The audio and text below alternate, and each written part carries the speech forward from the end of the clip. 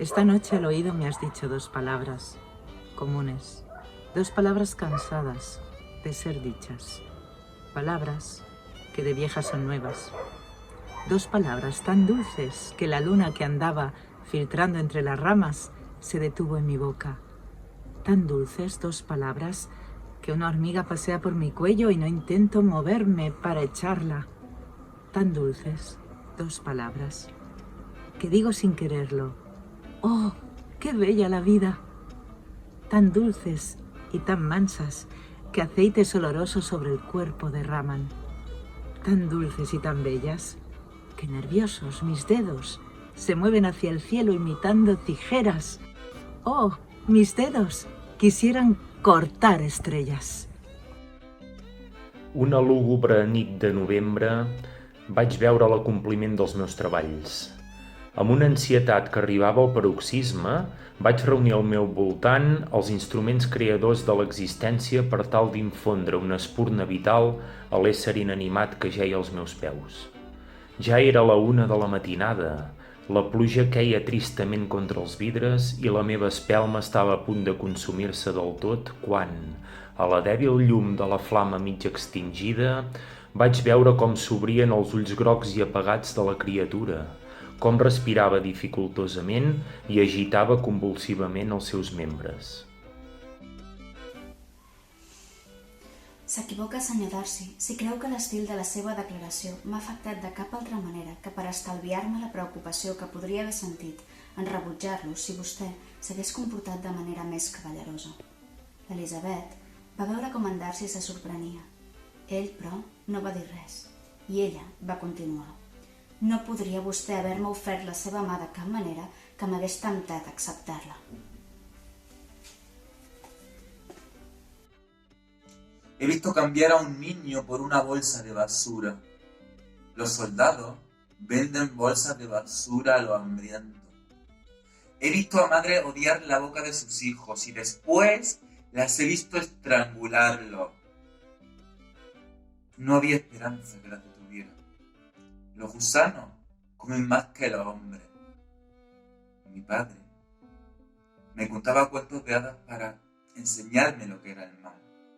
Pero ahora que tengo que hacer un esfuerzo tan grande para no comerme mis propios dedos, para no pensar en el dolor que empieza en la lengua y termina en los tobillos, mi padre me contaba cuentos de hadas para enseñarme lo que era el mal. Y al final, siempre me casaba con el príncipe. ¿Y tú? ¿Tú? ¿Me vas a contar tú un cuento de hadas? La dona, aleshores, se sentí feliç com mai ho hagués estat. Sos llavis reien sos ulls, reia la seva ànima i reia, finalment, tot l'espai i tota la muntanya a son entorn. Fins que, enmig d'aquell enriolament espontani de la vida, les cometeren impulsos de besar, uns impulsos apressarats, frenètics, irresistibles, de besar quelcom. Involuntàriament, tota tremolosa, es torçà vers el pastor, qual cap descobert i inclinat sobre el llebrot li oferia, a tret de llavi, la volta del cervellet.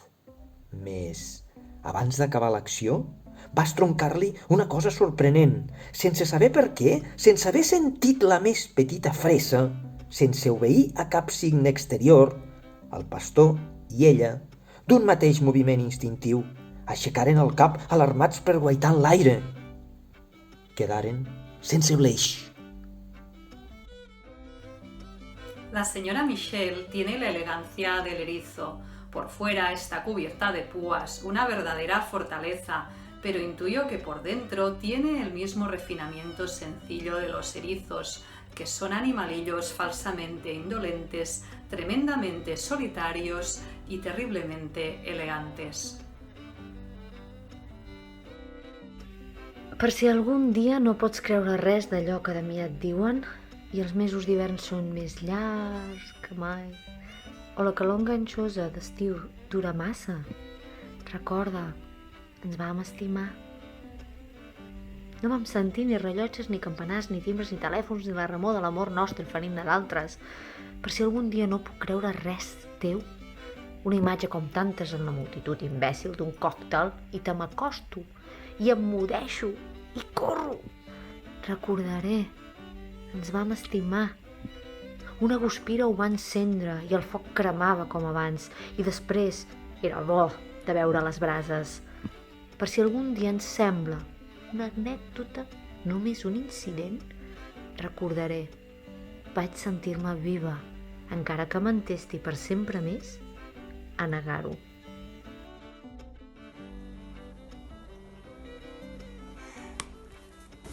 A l'atzar agraeixo 3 dons: haver nascut dona, de classe baixa i nació oprimida, i el tèrbol atzur de ser 3 voltes rebel.